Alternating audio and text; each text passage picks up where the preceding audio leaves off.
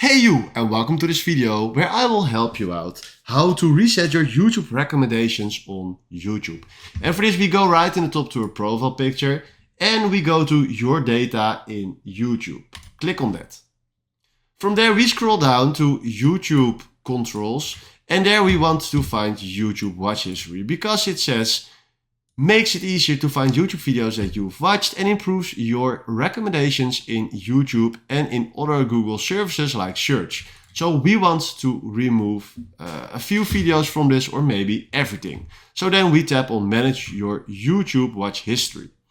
Then if you can see, you see the videos that I've watched. So now if I want to delete one, tap on that and click on delete.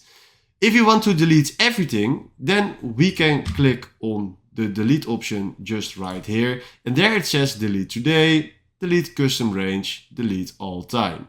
So for us, it's necessary. We want to reset everything. So we will do a delete all time, but you can also delete a custom range in a period where you was searching for some strange type of videos or stuff. But for me, it's necessary to do delete all time. Then click on delete all time. Then you can do delete. And right now we just deleted everything and our recommendations are new and cleared again.